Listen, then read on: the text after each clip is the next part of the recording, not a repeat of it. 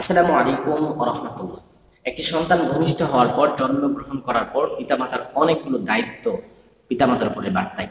সেই দায়িত্বগুলো থেকে প্রথম তিনটা দায়িত্ব পিতামাতাকে জরুরি ভিত্তিতে পালন করতে হয়, যেটা একটা পিতামাতার জন্য একেবারেই আবশ্যকীয় পালন করা।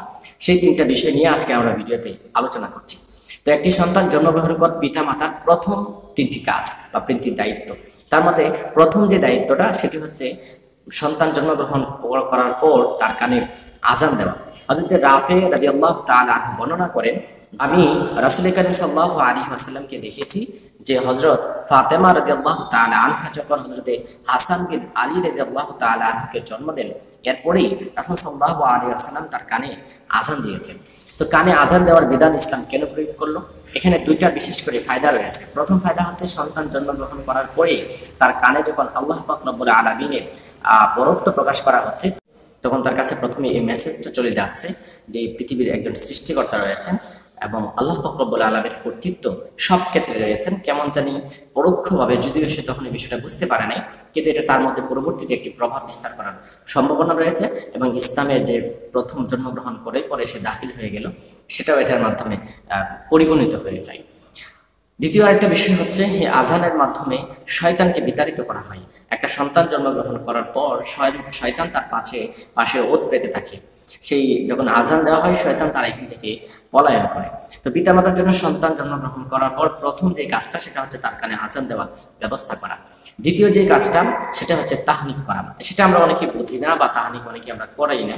সেটা হচ্ছে সন্তান জন্মগ্রহণ করার পরে মিষ্টি জাতীয় কিছু চিবিয়ে সেই সন্তানের সেই মিষ্টির যে লালাটুকু রয়েছে সেটাকে সন্তানের তালুতে ঢলে দেওয়া এবং তার দুই গালে হালকা চাপ দিয়ে তাকে টান বাম করা, যেন সেই মিষ্টিটা সে গিলে বেড়ে তার পেটের ভিতরে সেটা চলে যায়। এই তাহনিক করানোর ক্ষেত্রে সুন্নত হচ্ছে কোনো ভালো মানুষ, পরহেজগার মানুষ, কোনো আলেম বুজুর্গ মানুষের মাধ্যমে সেই তাহনিকটা করানো। এলাকার ইমাম অথবা এলাকার যারা কোনো আলেম থাকেন তাদের মাধ্যমে সেই তাহনিকটা করানো উচিত। সেটা হচ্ছে সুন্নত এবং সেটা খেজুর দ্বারা করা সুন্নত। তবে যদি খেজুর পাওয়া না যায় তাহলে সেটা মধু দ্বারা করা যেতে পারে। যদি এই দুটার কোনোটা পাওয়া না যায় তাহলে সেক্ষেত্রে আমরা যে কোনো মিষ্টি দ্বারা তাহনিকটা আমরা করে নিতে পারি।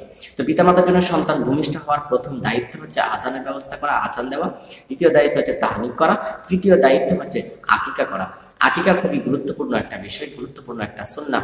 এই আকিকার মাধ্যমে সন্তানের অনেক যে বালা মুসিবত সেটাকে আল্লাহ তাআলা কাটিয়ে দেন। সুতরাং সন্তান জন্মগ্রহণ করার পর যদি সে দরিদ্র হয় তাহলে তার জন্য উচিত যথাসম্ভব আকিকার ব্যবস্থা করা। এবং আকিকার ক্ষেত্রে শরীয়তের মূলনীতি হচ্ছে, যদি ছেলে সন্তান জন্মগ্রহণ করে তাহলে তার জন্য দুটি ছাগল জবাই করা, আর যদি কন্যা সন্তান জন্মগ্রহণ করে তাহলে তার জন্য হচ্ছে একটি ছাগল কোরবানি দেওয়া। আল্লাহ পাক রব্বুল আলামিন আমাদেরকে সন্তান ভূমিষ্ঠ হওয়ার পরই এই যে গুরুত্বপূর্ণ তিনটি দায়িত্ব সেটি পালন করবার এবং সকল মুসলমানকেই সেই দায়িত্বগুলো গুরুত্বের সাথে পালন করবার তৌফিক দান করুক। আল্লাহ তাআলা আমাদের প্রত্যেকের প্রতিটা সন্তানকেই সৎ, পরহেজগার, ভালো সন্তান হিসেবে গড়ে উঠবার তৌফিক দান করুক। আল্লাহুম্মা আমিন। আসসালামু আলাইকুম ওয়া রাহমাতুল্লাহ।